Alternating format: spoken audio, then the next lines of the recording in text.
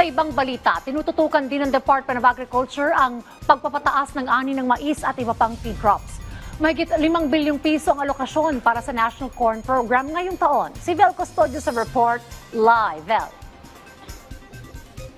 Rise and shine, Dayan. Nandito tayo ngayon sa Cagayan Region na bukod sa palay, isa ito sa pinakamalaking producer ng mais, kasaba at soybeans sa bansa. Mamaya hanggang bukas magsasagawa ng media tour at programa ang DA upang talakayin ang update sa estado ng agrikultura dito. Posibleng talakayin mamaya ang bunga at estado ng patuloy na pagtutok ng Department of Agriculture sa pagpapataas ng ani ng mais at iba pang feed crops. Mahigit 5 bilyong piso ang alokasyon para sa National Corn Program ngayong taon. Pangunahing layunin ng budget allocation para sa National Corn Program ay itaas ang antas ng self-sufficiency sa bansa sa mais at kamoteng kahoy na 81% na kabuang domestic demand.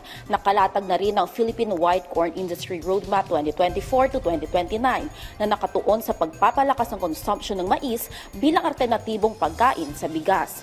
Ayon naman sa datos sa Philippine Statistics Authority, nakapagtala ang Western Visayas ng 29.8% na pagtaas sa kabuuang produksyon ng mais sa third quarter ng 2025. Patunay na may bunga ng interbensyon ng ahensya. Bukod sa targets ng programa, pinalawak din ang tulong sa mga magsasaka ng mais. Kabilang dito ang Corn Production Enhancement Project na pangunahing mekanismo ng DA sa pagbibigay ng dekalidad na binhi at abono sa mga kwalipikadong magsasaka. Pondo para sa pagbili ng post-harvest facilities at makinarya para sa pagtatayo ng small-scale irrigation projects.